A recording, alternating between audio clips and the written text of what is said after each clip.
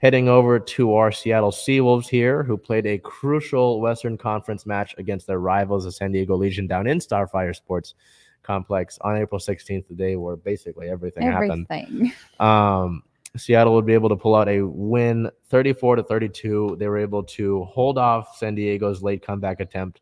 I believe around the 70th minute, it was 34-18. I think, okay, you're going to be able to, I could be wrong on that. You're able to pull that out. San Diego tries to make it close. And the Seawolves, the Seawall defense, able to hold that up, get a stop, finish that game out. What's interesting to me in looking at the game, San Diego missed 3 of their conversion kicks. That would have put them over if they had. Obviously, if you make those kicks throughout the game, I'm sure it impacts the game as a whole. But comes back to bite you. And our player of the game for this one, fly half, AJ Alatimu, going perfect on his kicks, goes 2 for 2 on penalty kicks and 4 for 4 in conversions. Kind of interesting compare and contrast to me to see Alatimu go perfect, and then San Diego, miss 3 of those kicks and have an impact on that game. Because San Diego's right below, I think they're 1 point ahead now of the Seawolves in the standings. Still. Okay. Yes, still.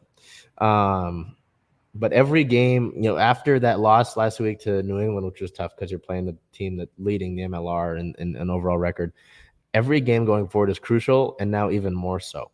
You're 1 point below third place in the league, in the Western Conference, and 1 point ahead of fifth place.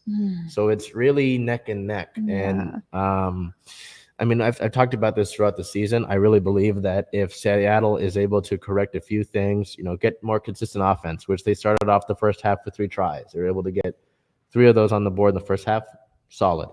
And then turnovers, being able to take care of those turnovers, make sure that you're, careful with the ball and not losing these good possessions to a turnover late, should be fine. And, outside of almost allowing a comeback attempt, they were mostly able to do so.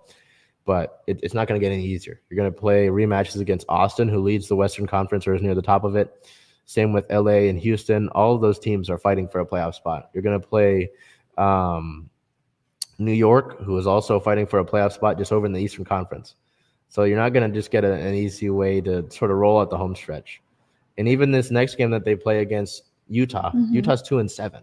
But you don't want to fall into that and be a trap. So important to really be on top of everything as the season continues here. But in team-related news, team signed loose forward Andrew Duratalo. He will join the Seawolves through the season, has been with the organization in prior years. So Seattle continues to sort of make changes with the roster and continues to add pieces here with injuries and how physical of a sport rugby is. I'm sure it's good to have that depth.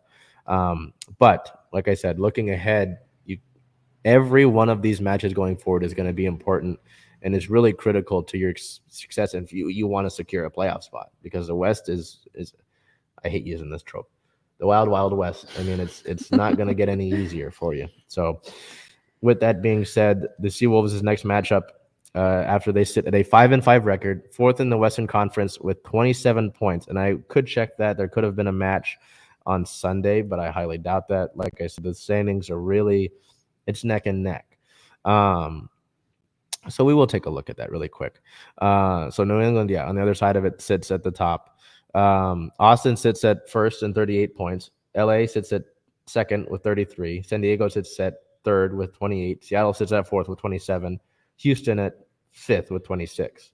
So you see those 5 teams, granted anything crazy, could fight it out against each other. And you're going to have to play 3 of them, 3 of those 5 to end the season. And I believe those 3 contests are going to be on the road. And every point counts. You're not kidding me. So that match against Utah is at 7:00. That will be down in Utah.